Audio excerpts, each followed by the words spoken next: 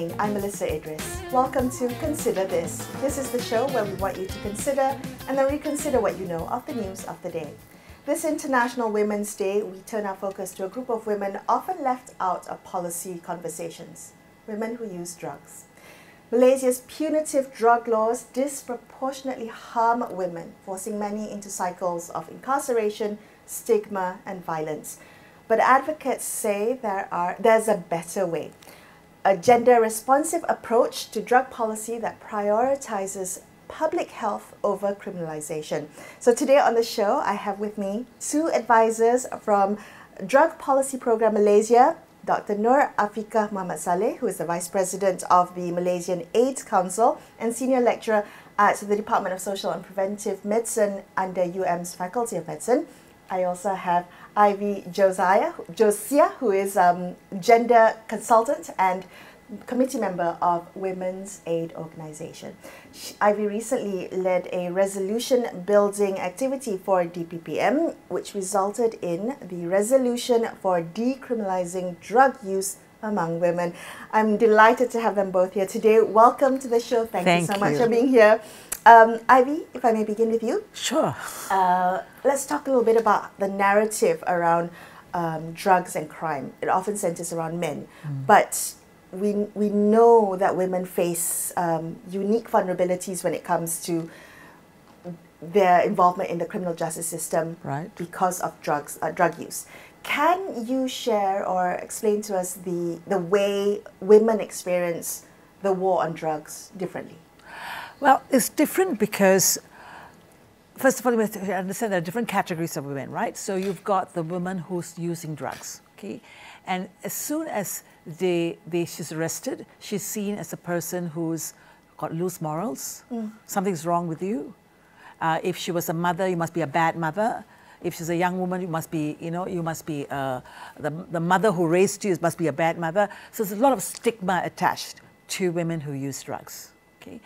And so we tend to see them as criminals rather than women who are using drugs. Some of them are first-timers. Some of them may be very dependent.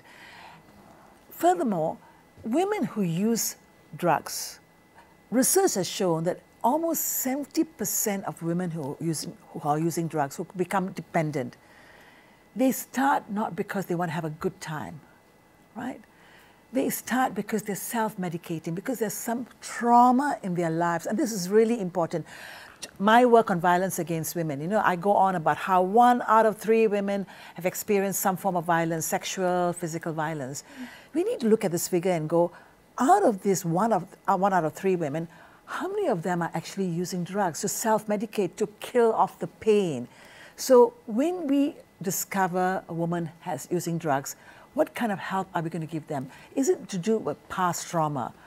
I like to tell stories, and this is a story that's been repeated, and I was so shocked to find out this. There was a woman called Siti who's 49 years old, 49. She's been in and out of jail 50 times. Wow. 50 times, because she's seen as a criminal. You use drugs, she wasn't distributing, she wasn't selling, right? She was just using, she's in and out of 50 times. Okay, imagine the second time she was using it, if she was offered rehabilitation services, support for trauma, trying to dig in what happened, what pushed her to do that. I mean, there are stories like this. And then there are also women who end up having to look after the children in the family, right? I mean, we all know as women, who looks after the sick person? Caregiver. Yeah. Who looks after the older person? Who looks after the sick? Who looks after the children who become drug users? I mean, they say a mother's love is unconditional love. It's like God's love, So women who are supporting their children, visiting them in jail when they're incarcerated, they too need support. And they too face a lot of stigma. Because if they were on national TV and they say, my son is in jail, can you imagine the stigma? You must have failed as a mother. It must be your fault, right? The father's completely out of the picture. I'll stop here. Right. Dr. Ika, tell me, how do you view the narrative that ignores women and how the impact of the war on drugs on women? Yeah. So I'm going to expand on your point on the different categories of women. You've got women who are using drugs, women who are also mothers who are also taking care of these children. And oftentimes when they are being incarcerated, women are taken away from children. And what it does is that it interrupts the family dynamics. It's interrupting the family bonds. And it's not just the woman. When husbands, as the breadwinners of the family, are taken away, you are going to live with just the woman to raise the children. And what does that do to the children? So studies have shown adverse childhood experiences, like, in the absence of parents, in the absence of mothers, in the absence of fathers, emotional neglect, physical neglect. What it does, it's going to lead to youth drug use itself. So this is a cycle of generational, this is a generational cycle of drug use and poverty that we're seeing now. There is an intergenerational impact on Absolutely. families, on children, on women. Both of you led a consultation earlier this month, which brought together different women who are affected by Malaysia's drug laws. And I'm curious to know why. Why was it necessary to have a consultation event highlighting or censoring women's voices and lived experiences? Ivy?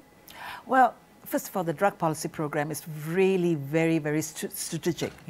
They are consulting everybody. They're consulting young people, and of course, you have to also consult the women's groups, the women themselves, because we all know that women are affected by drugs. So I'm glad that they are shining a light on, on women who use drugs, women who need the treatment and not, not punishment. So the question is about the consultation. Basically, brought together women's groups. And people working with women. And it brought together lived realities.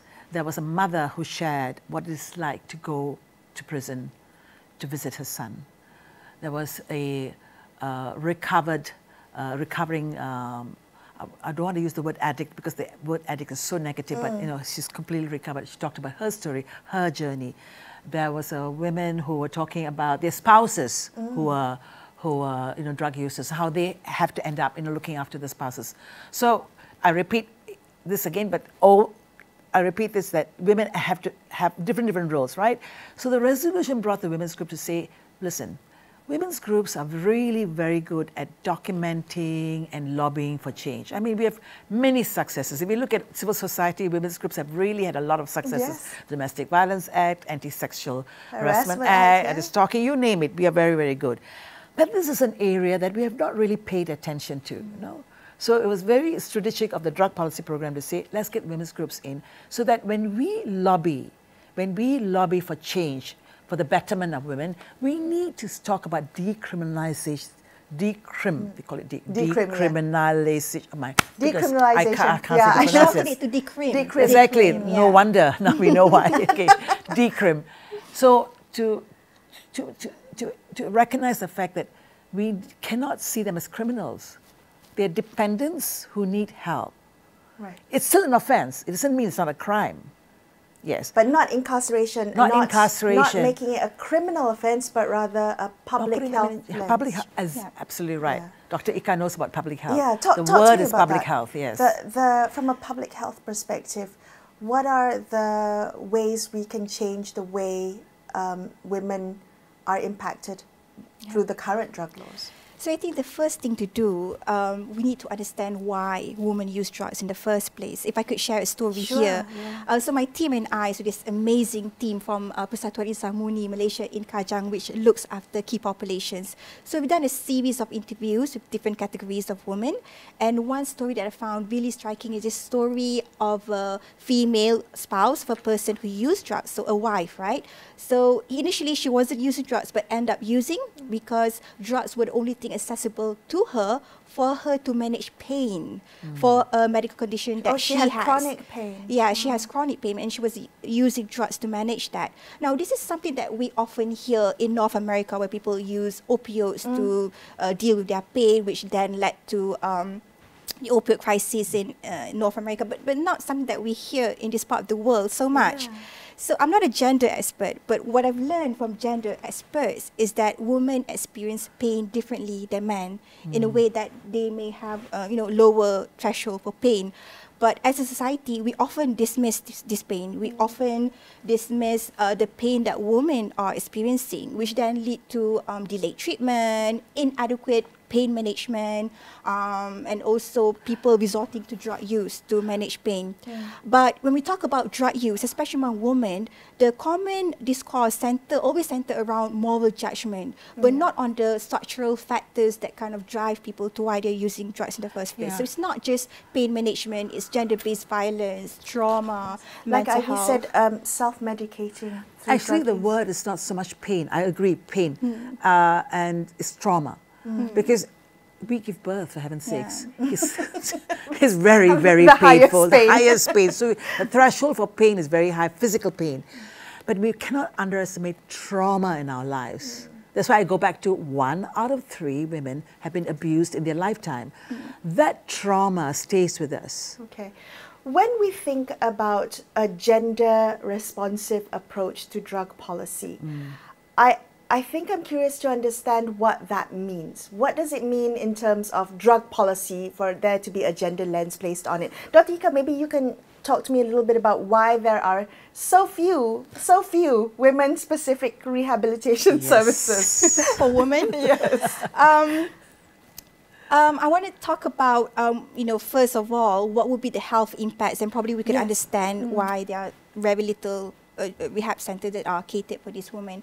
So I'm going to talk about substance use disorder. So if a woman is experiencing substance use disorder, before that, I'm going to take a step back. I want to highlight here, this is a point that I would like everyone to take from this talk. There is a difference between drug use and drug dependence, right? So not necessarily everyone who's using drugs would end up being dependent on drugs. So there's this very few people very who few use people, drugs but end we up don't being understand addicted. that. We don't understand the spectrum of drug use. On one end of the spectrum, we've got people experimenting. So this is common among young people experimenting it, and then people who are occasionally using it. And towards the end of the spectrum, you are getting people who are actually dependent on it. So this is when things are becoming problematic, right? This is when you need treatment. But people don't understand this treatment, this spectrum where people might get from. I like the use of the occasional, spectrum, right? Yeah, okay. So only 1 in 10 people would actually develop drug dependence. And there's so many factors that would lead to drug dependence, which explain why some people become dependent, why some people might not become dependent. So one of the key things is, of course, incarceration. Like what you said, repeated cycles. You know the example that you've given just now? 58 times. 50 times. How crazy is that? Yes. 50 times of incarceration. So that itself would help to develop substance use disorder. In fact, in the US, 50% of the incarcerated women met the criteria of substance use disorder. But when people go into prison, prisons are not really structured that way. It's not meant. It's not a rehab center. It's not a rehab center. So we have this thinking that we put women in prison without having, adequate resources, skills, or even capacity to treat dependence, and expecting people would not use drugs again when they leave. I think that is a bit of misunderstanding of what drug dependence is, and I think that explains why we don't have a lot of treatment centers for women as well. Basically, we want the drug user who's been caught, right? If it's a first-time user, if it's someone who's using it for recreation, we want to be able to, the punishment should be mandatory counseling. Punishment in inverted commas, meaning that they should be able to go to an agency to say, they have to report. It's mandatory. Because if they don't report, then, you may face further punishments. But to be able to say that I'm here, I'm using it for the first time, then or to be able to say, one example was given that they could volunteer then for a drug program. They can see for themselves what will happen if they continue this experimentation. Right. They could be at different stages of use, right? So the trouble is we lump everybody together. Exactly. I mean, if you were using it for the first time, you happen to be in a party and somebody passes you something and go, let me use it, and then there's a raid. And next thing you know, you're in jail. Next thing you know, you're incarcerated. you know, and that's really unfair. So we need to be able to decipher, to try and figure out who are the first-time users, who are those who are experimenting, those who are actually so dependent, they need help too. Doesn't mean, and they need help to rehabilitate. Everybody wants help. But in the first place, we are looking at the person using drugs as the enemy. Because our war against drugs globally was drugs. The people who use drugs, I'm going to say this, drug addicts are the enemies. They are not. They are people who use drugs. So because of that, they dare not even come forward. And double discrimination, because if you're a woman, something is wrong with you. Come on. The stigma. Because women are expected to be perfect, right? We're supposed to be the perfect daughter, wife, mother, whatever. So, yeah, there's a lot going against us. So which is why this resolution is so important. What should happen next in terms of next steps of translating the momentum that we have with putting together this resolution? How do you see it translating into actual policy change? What needs to happen next? What would you like to see, Ivy? Well, I would like the women's groups to first of all own the resolution, to be able to make sure that everybody in the organization recognize that this is a policy that they need to advocate. And as I said, women's groups are very good at documenting and lobbying, so we need to make sure it's in the reports. Okay. Service groups especially, those groups that are providing services. If a woman comes to you and says, I need help because I'm being beaten, I'm being sexually harassed, we are immediately sympathetic. But the moment the woman says, I'm also using drugs, there's immediately this, oh, I don't think we have the capacity to do this. You know, and it's true, we may not have the capacity or the services to do this, but do not turn them away. We don't turn them away. Normally what we would do is we do referral service. But then again, how many referral services where would you there? refer them So it's to? like, where do they go? So they go back on the streets, they go back to their homes. So I have a personal experience where when we discovered a woman who was using drugs in the shelter themselves, there was immediately a panic. This was many, many years ago, not so anymore. There was a panic like, oh my God, there's drugs in the shelter. There's a panic, right?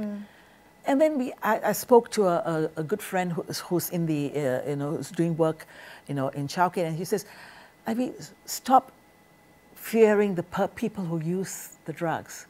You know, hate the addiction, hate the drug use, but not the person. Do not fear that person. So we tried to find a referral, but it's very difficult to find a referral. She went back on the streets, right? I mean, that's a kind of a happy ending to this, but the point is that, the women's groups, when we provide services, we need to be connected to the drug policy program. Yes. We need to be, that's very important. And then the taking away the children. Everybody says it's the best interest of the child, right, Dr. Ika? We must take the child away. No, look, my experience working with women and children for so many years is that children look at their mothers. They don't look at the child, oh, you're a drug user, it's their mother. They want to be with the mother. A lot of the time they separate the mother and children, and the children are traumatized. They don't even understand. And it's good to know that these days they find a family or a relative to put the child. That's good. Those days they used to take them, put them in homes. Institutionalized. They're so confused. Why am I sitting in a home with complete strangers? So it's important that children should not be separated. They should be able to see the mother. They should be able to know the mother is going through treatment, and not leave them in the dark to say this is the best interest of the child. You're already creating a trauma in that child that will live with the child for a long, long time. It will perpetuate another cycle of we keep recycling, right? Violence. Dr. Ika, what do you think? When we have this resolution, it's calling for a gender-responsive approach to drug policy. How will you look in terms of next steps, how will you look to translate the momentum that's already there into actionable steps, into concrete action? Right. So I think we need to look at the evidence. We need to look at what's there in place, existing services that cater for women. So I do know there's an NGO in Pahang, it's called the IC Committed, that has this amazing service totally catered for women. They have inpatient and outpatient, but there's so little of this, so few of these organizations in Malaysia. So we need to look at what's there so that we can... How do we increase these services? What's needed? Because a lot of it is grassroots-led, so community-based organizations that are are really spearheading all of these efforts. How do we increase capacity of these services? So when we do, if we are able to do decriminalisation, hopefully in the next coming years, we would have saved a lot of money that would be spent for the criminal justice system. Yes. A lot of money would be saved. Divert all of the war on drugs money into the public health, services that would actually work. Rehabilitation. We need to budget this. The Ministry of Finance must be involved. The Ministry of Women must be involved. Ministry of Health must be involved. Allocate the budgets. Every policy must be accompanied by budgets. It's very important, right? So we replicate Committed. It's called Committed, right? Committed. Right. And it's run by former drug dependents. So it's run by the community. With very little funding. Very little funding. We should pour money into this facility. We should replicate it and use this as a model example. Listen, there's enough money to go around, please. There's more than enough money to go around. It's a matter of telling yourself, look, the final analysis, I'm going to save money. The government will save money rather than putting all the money into prisons and detention centers. Which is why I'm so happy that we're talking about this on International Women's Day, because it is such an overlooked topic. It's a group of women that never get a voice in terms of in terms of shaping policies, despite all this experience that impacts them. Can I ask both of you for your final takeaway message? When Malaysians think about or this has been brought to the attention of people, how do they support it? What do they do? How can they push for change? How can they fight for women whose voices have not been heard for so long? What can they do to move this conversation forward? Can I get your final takeaway thoughts, Dr. Ika? Yeah, I think the first step would be to challenge our own traditional views on drug use. Understand that drug use is not equivalent to drug dependence. I think that's the very first step before we can move on to having discussions in your own community. Be in touch with different NGOs that we have locally, whether it's the women's group or groups under the Malaysian AIDS Council, or even the Drug Policy Program. Right? We have Facebook, we have Instagram page, which people can actually reach out to. Yeah. So we need to start having these conversations and not. I like that, Ika. I really like that. Check our own prejudices first. Yeah. The first thing to do is to know more about it. That you probably will have somebody within your own circle who uses drug. Everybody has a story, Everybody right? knows somebody. Yeah. So the best thing is to first learn. Face your own fears and your prejudice. And Facebook, Instagram, the Drug Policy Program has all of this. So go and look for information. And that's basically it. Do not look down on women who use drugs. First of all, you're looking down on women. Then there's a double prejudice. If you use drugs, I'm not going to help you. Because it's this immediate prejudice. There's no such thing as the perfect victim. You want the victim to be like, oh, you poor thing, you were forced into doing this. There are also women who are forced, but the problem is we are very unsympathetic about women who use drugs. We just think that they are, like I said, loose morals, and they're doing it for fun. No. Most of them are using it to deal with their own trauma. Understand that. So understand first, learn, face these prejudices. Right. Equip yourself with knowledge. And there's so much knowledge now about drug use, drug dependence. We are so much more well equipped with knowledge and information than we were when the war on drugs started in the US in the 70s. So I want to thank both of you for being here with me today and shining a light on such an important topic. Thank you for your work. And Happy Women's Day. Happy Women's Day. Every day should be Women's Day. Thank you both. That's all we have for you on this episode of Consider This. Wishing you a happy International Women's Day. I'm Melisa Idris, signing off for the evening. Thanks so much for watching. Good night.